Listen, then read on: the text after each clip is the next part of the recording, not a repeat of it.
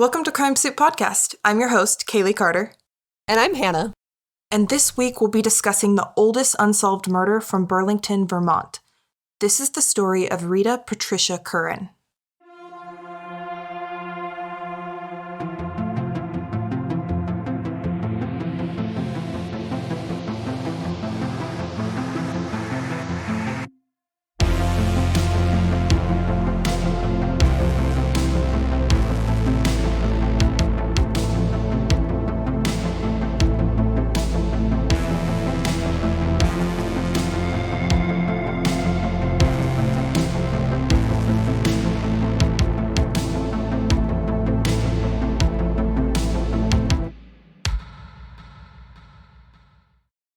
It was a warm summer night in Burlington, Vermont, when three close friends, Beverly, 24, Paul, 23, and Carrie, 19, decided to get some late-night food at a restaurant off Shelburne Road together.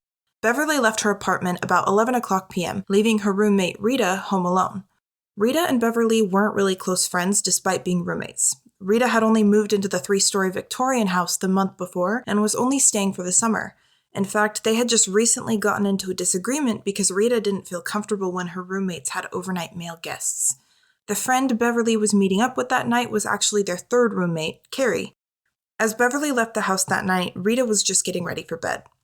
According to 24-year-old Beverly Lamphere, she went out that night and got food with her close friends Paul Robinson and Carrie Duane. They were only gone for about an hour before the trio came back to Beverly and Carrie's apartment on Brooks Avenue. They all sat chatting in the living room from about 12:20 to 1:20 a.m. before they decided to call it a night. But when Beverly headed back to the bedroom, she stumbled upon a scene from a horror movie.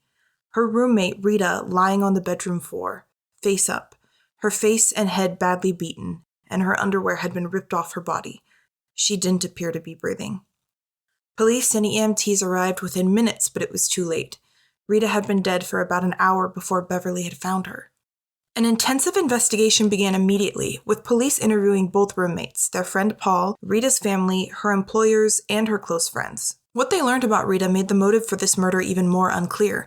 She was a responsible young woman. She was a devout Catholic. She was a second-grade teacher. There was nothing in her life that indicated that she was engaging in risky behavior or dealing with bad people. So how did this happen? Through hundreds of interviews and tips, police were able to reconstruct most of Rita's movements the day leading up to her death, and this is what they found. Rita had a summer job at the Colonial Motor Inn, where she worked as a housekeeper from 8:15 to 2:40 that day. When her employers at the motel were interviewed, they said that she actually worked there off and on for the past 3 or 4 years, and she was very popular with the staff. They recounted how Rita referred to herself as an ugly duckling, and often expressed the hopes of getting married. She recently told friends she had attended 3 different weddings that year and had moved to Burlington to have access to a bigger dating pool. It's unclear where Rita went directly after she finished her shift at the motel, but she also attended a rehearsal for an all-female a cappella group of which she belonged called the Champlain Echoes, and may have been there as late as 10 p.m. The Champlain Echoes practiced at the Sarah Holbrook Community Center in town. And then Rita was last seen alive about 11 p.m. when her roommate Beverly saw her getting ready for bed. What happened between Beverly's departure at 11 and her return only 90 minutes later isn't entirely clear, but investigators were able to form a few good theories based on evidence at the house. Here are some of the observations police were able to make. Neither the front nor the back door to the house had been locked that evening. According to Beverly, she had the only key to the house, and it was typical for them to leave the house unlocked since the roommates all had different schedules. The attack occurred on the ground floor, and none of the ground-level windows appeared disturbed, so police concluded the killer likely entered through the unlocked front or back door. Rita had been sexually assaulted and severely beaten on her head and face before being strangled to death. The medical examiner doesn't believe any weapons or tools were used to beat or strangle Rita. It appears the killer only used his bare hands. Rita's purse was found on the floor next to her body, but it didn't appear anything had been taken from it, including $20 in cash. The rest of the apartment was also untouched, except for a single blood smear on the back door, leading police to believe the killer exited through the back door in the kitchen. The blood tested was determined to belong to Rita. Rita's car was still parked outside the house and didn't show any signs of tampering. First of all, it really bothers me that Rita's time of death coincides almost perfectly with the exact time that Beverly, Carrie, and Paul arrived back to the women's apartment, which was a little after midnight. This makes me think that their arrival home may have been what prompted the killer to leave. and she may still have been clinging to life, but they all thought she was just asleep. And I'm also immediately suspicious of the three friends just based on the tight timeline. But the fact that she was sexually assaulted would make their involvement just really weird. My first guess would be that Rita maybe had a stalker who watched as her roommates all left that night, and then he left in a hurry whenever they came home, which, as we know, was only like an hour or like 90 minutes tops later. It also seems obvious that her murder was sexually motivated because, like we said, her purse was just sitting there, nothing was taken from it, her car wasn't tampered with, and nothing else in the apartment was disturbed. So what do you think? I don't really have any theories about why roommates would have any motivation to do this, but it is just weirdly suspicious.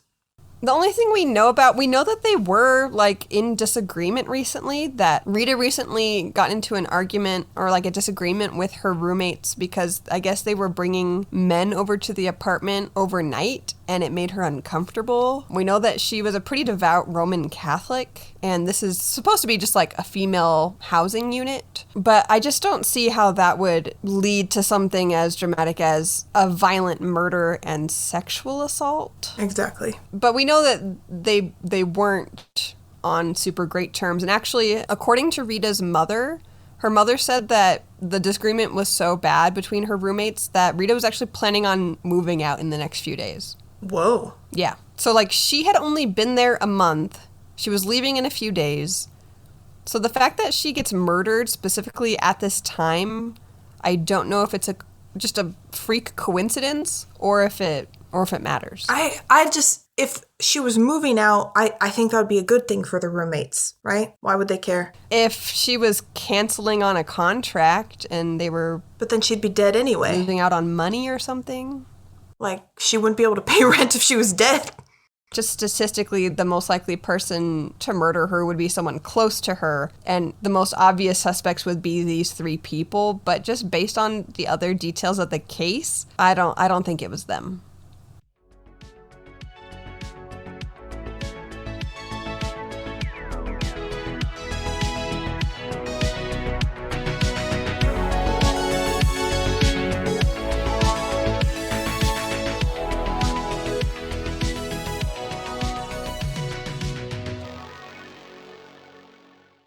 Neighbors living in nearby apartments were questioned Tuesday, but none reported hearing any screams or any kind of a struggle late Monday night.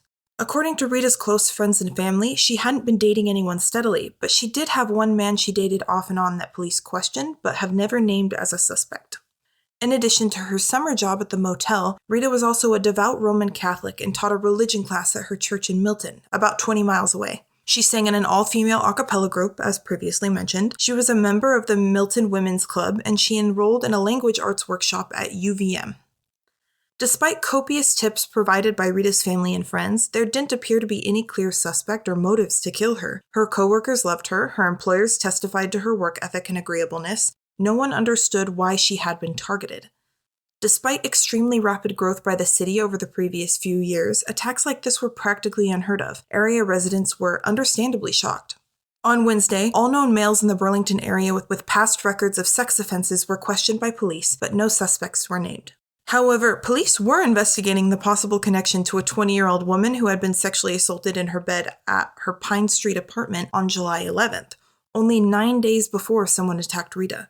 Apparently, this young woman was asleep in her bed when she was suddenly awakened at 4 a.m. by a young male around 16 to 17 years old, who threatened and sexually assaulted her for about 10 minutes before fleeing. He was described as about 5 feet 8 inches tall, wearing jeans and a green windbreaker.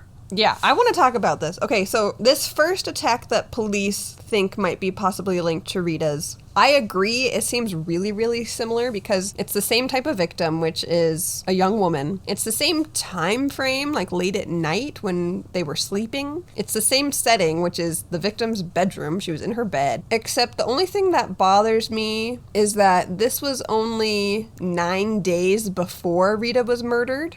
If it's the same perpetrator, then why did he leave this woman alive and Rita he savagely beat and killed?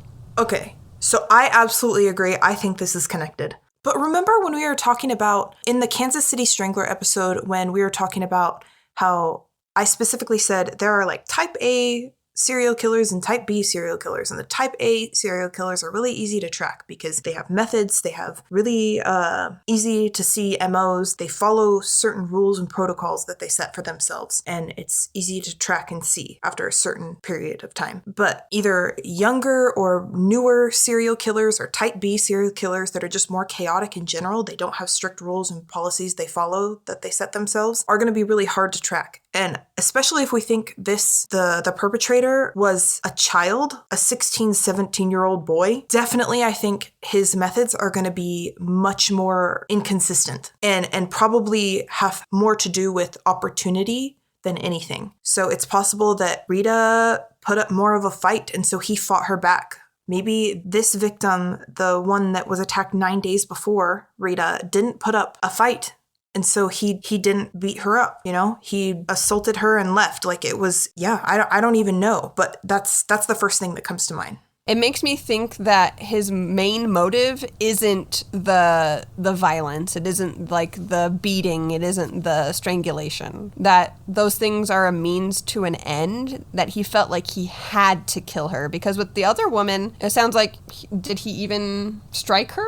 I don't think there was anything written about that. It says that he sexually assaulted her, but it doesn't mention that he had a weapon. It doesn't mention that he hit her or struck her or anything. So if these are the same guy, I'm just saying that it sounds like it's purely rape/sexually motivated.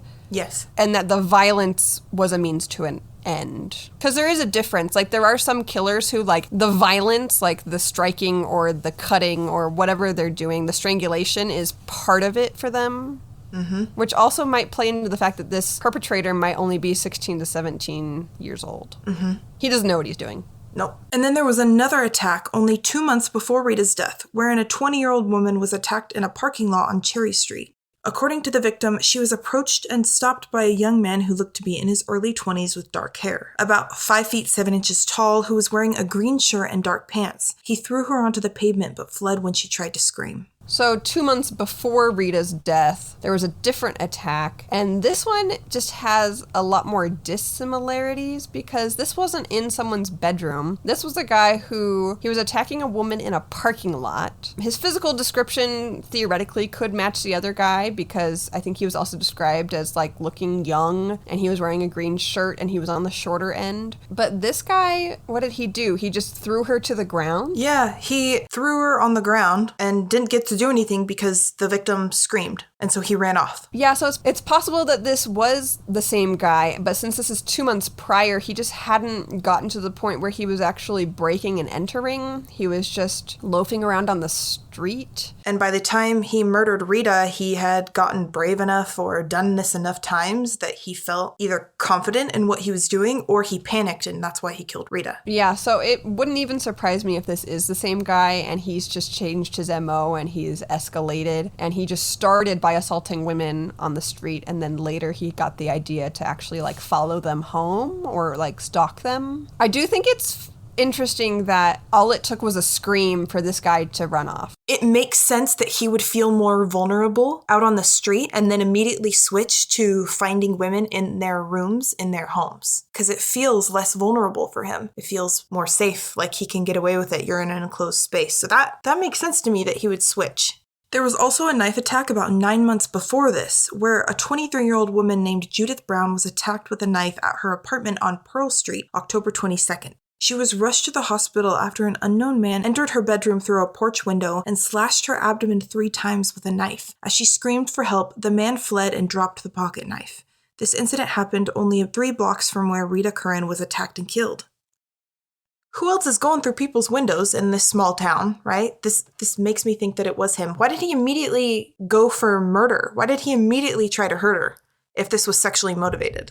That's why I don't think it was sexually motivated, because and it's possible that she was just excluding that information, that maybe he did assault her and she just didn't want to include that, or the police didn't want to include that. Because without that, if there was no sexual assault or sexual motivation involved, it's literally a man climbing into a random woman's window and just attacking her with a knife. Yeah. Which, okay, so this gets into, like, number one, sexual assault is violence at its core. That's the reason it's done. So sexual assault isn't sexually motivated as much as it is violently motivated. Rape motivated. Yes, even though it is sexual. But it's possible this man is just, or this young man is angry at women, and he first goes to actual violence and is unsuccessful. It's much harder to do, and he turns to sexual assault as the replacement for knives and guns and murder in general, because it's just as effective, and he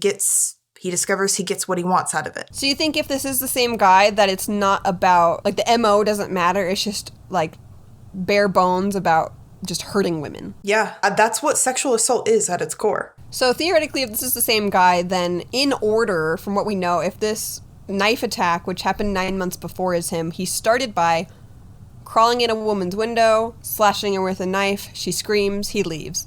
Then 7 months later, he's walking out on the street and he sees a woman and he just throws her to the ground and she screams and he runs away. That's the similarity between the two, is that when she screams, he runs away, right? Yeah. And then theoretically, he then moves to the privacy. Then he moves to sexual assault. Yeah, but in the privacy of the victim's bedroom.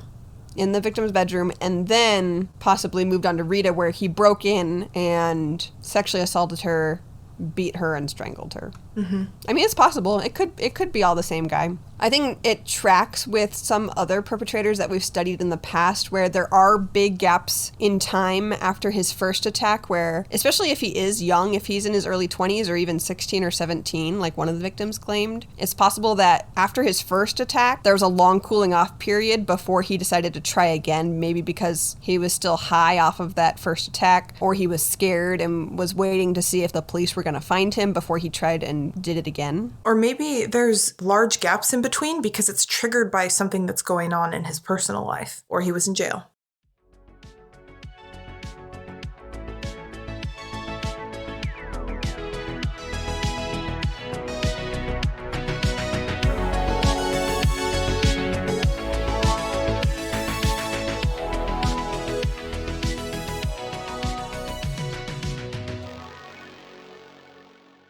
If we go back a few years to 1968, there was also a 21-year-old woman who was attacked in her sleep at the Kappa Alpha Theta sorority house on Prospect Street, about half a mile away from Rita's apartment. This particular woman was attacked in her bed about 4:30 a.m.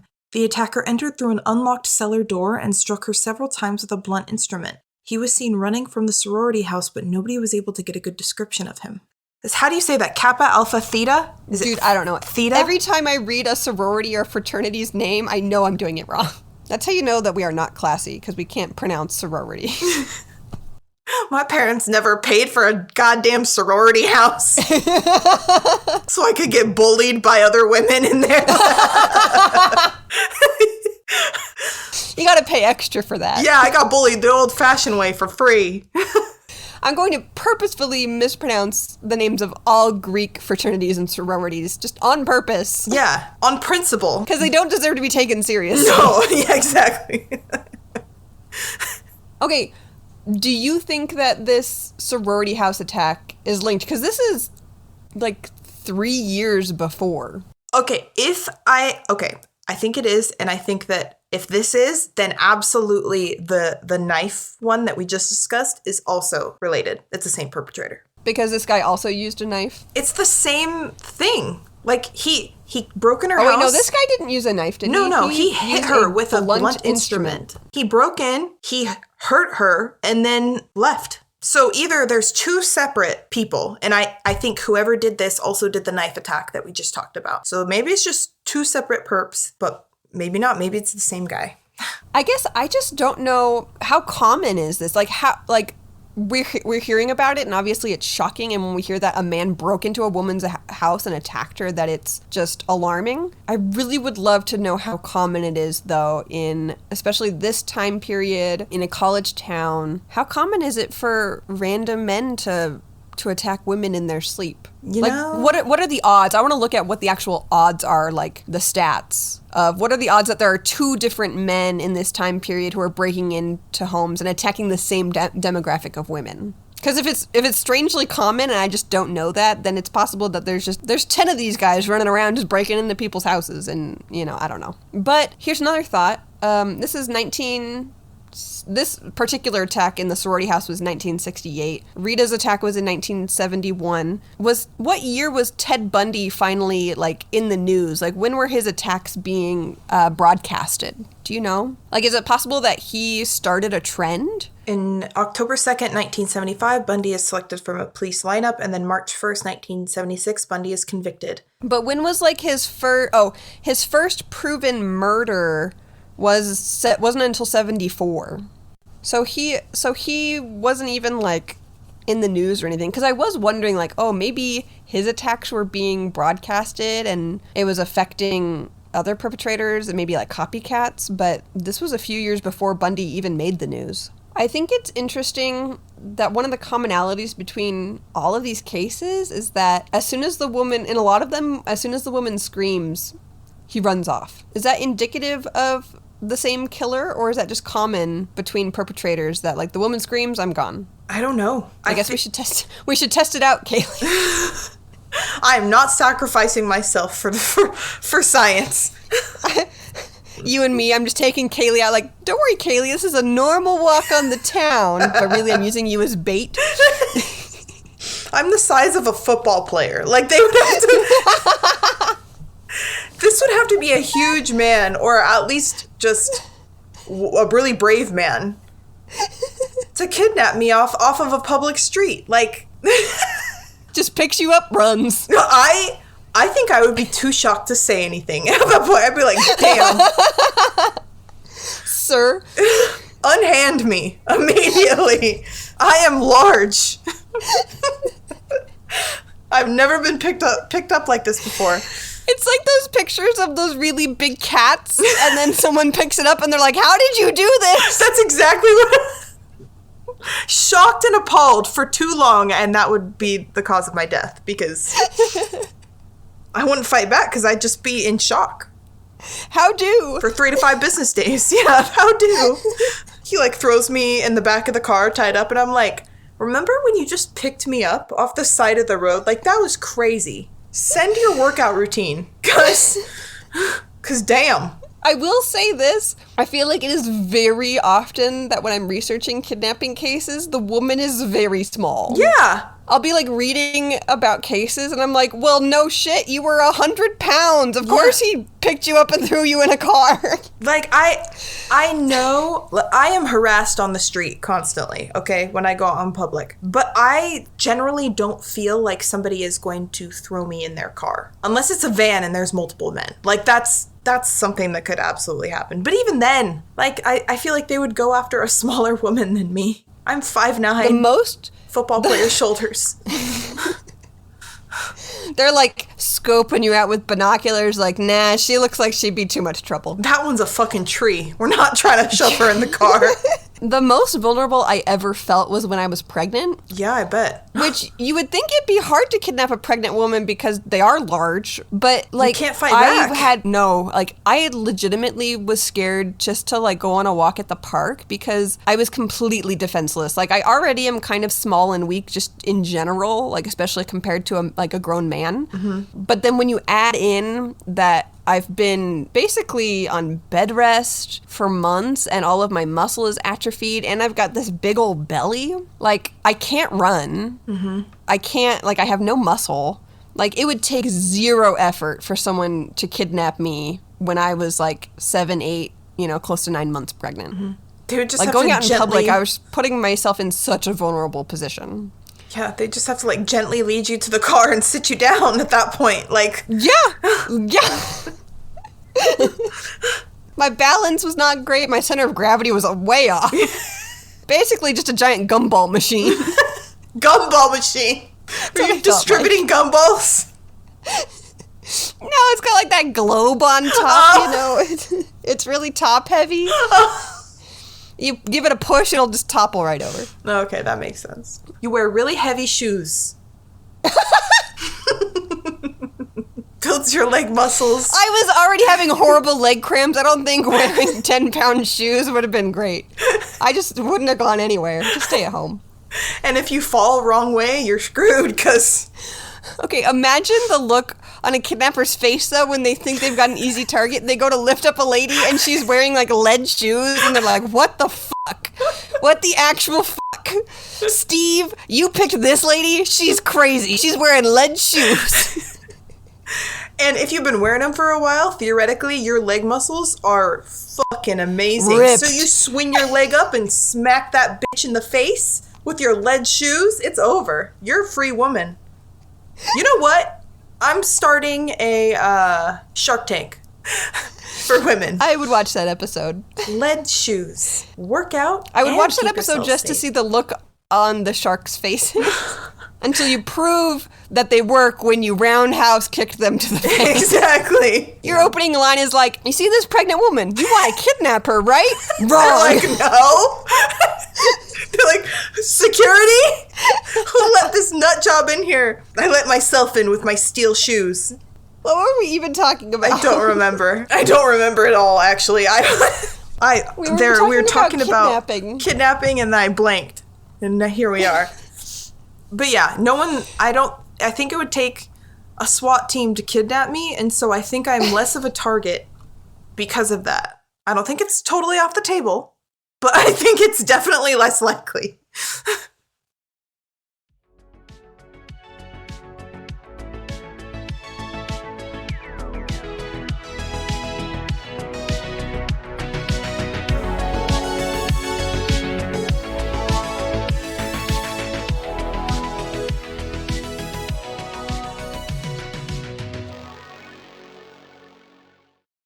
Police obviously speculated that these attacks on young women may be connected, but the perpetrator always seemed to flee before anyone could get a good look at him. Just as Rita's case was starting to grow cold, an eerily similar attack happened just a few blocks away, only 2 months later.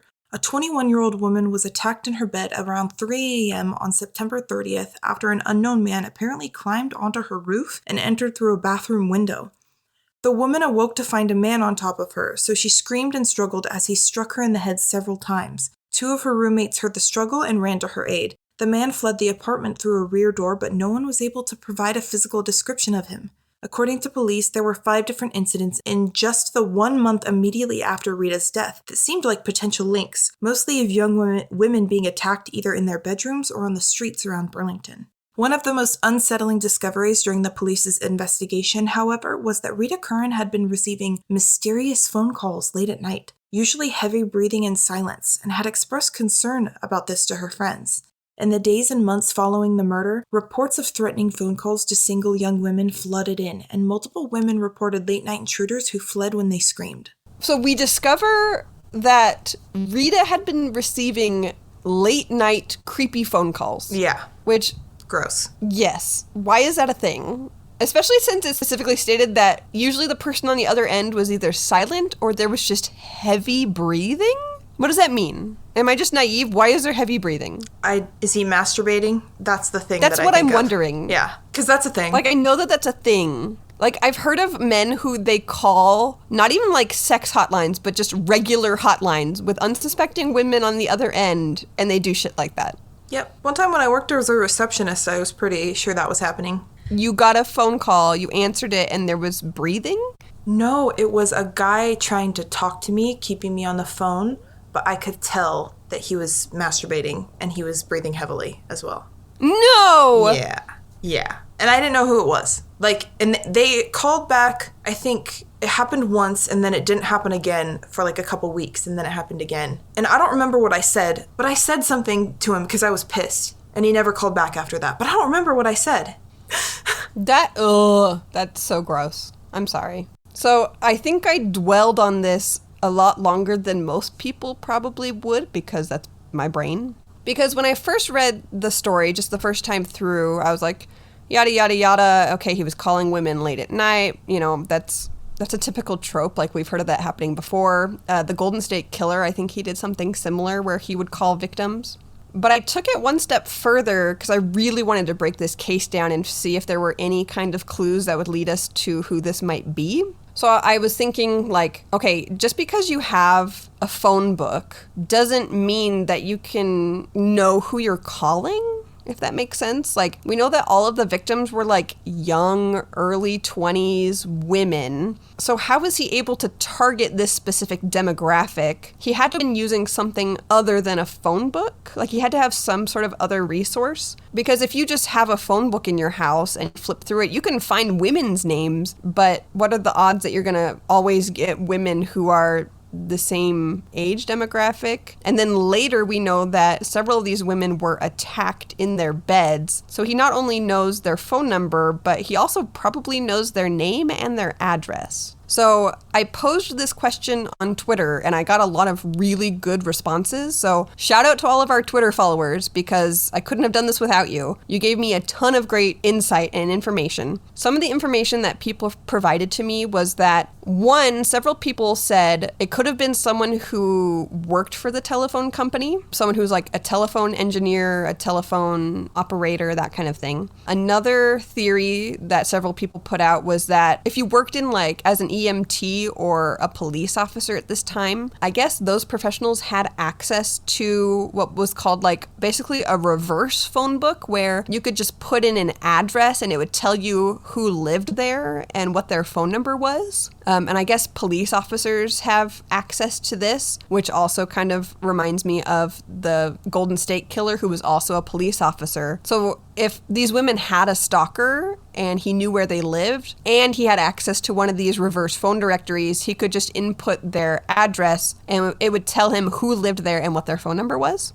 But the biggest hang up I had about this case was that Rita in particular, our victim from this case, who was the only one who ended up getting murdered that we know of, she was only renting for the summer and she had only been there for a month, which makes me think that her name probably was not listed in the phone book as attached to that residence. Even to someone like a police officer, if they looked up that address in the reverse phone directory thingy, her name would probably not pop up, right? But we know that she is the one who gets called. She's the one that's answering these creepy phone calls, and she's the one that gets murdered. So then I had a thought. What if this guy isn't using a phone book? What if he is scouring the roommate wanted ads? Anyone with access to the local newspaper, there's going to be a classified section where people are looking for roommates. And especially in a college town, if you look in there, there's tons that say like, female housing only, female roommate wanted, and it'll have a contact phone number and sometimes an address listed. Anyone who has access to that local newspaper would immediately be able to just glance in that section and immediately know what housing has only women there. And based on all of these attacks that we've read about so far, it sounds like the ones that happened in houses were sorority houses or female rental housing, right? I think this guy is targeting specifically female-only rental units, probably because he knows that if he goes there late at night, there most likely won't be any men there to pose a threat to him. And that, I think, is how he came across Rita, because she answered that ad in the newspaper to get that room for the summer. That is a compelling theory. That's it. I'm convinced. You convinced me. Wow. Doesn't that make sense, though? It makes perfect sense, especially considering the list of victims that we have. You're exactly right. They were all sorority houses, female-only housing. That would make sense. Because that's my biggest theory. I think it's the one that makes the most sense. But if we were going to conjecture about how else he would have gotten Rita's phone number and known that she lived there, it's just a lot more complicated. And it would be harder to tie all of the victims together because the other theories would be that they all wrote down their phone numbers in the same place or all visited the same museum and filled out a registry or all signed the same petition or something. But I think what makes the most cohesive sense is that I think they were all living in female-only housing. So the theory that I had, it's definitely not as good as your theory, But it was like, it's possible that if we thought this was a young man, he could have been working at a grocery store. And at grocery stores, I think this was more common back in the 70s. You gave your name and your address and your phone number to the grocery store a lot of times, because sometimes you had tabs at the grocery store. And so somebody would be able to know exactly who you are because you're coming in to the grocery store, and also have access to your personal information that way.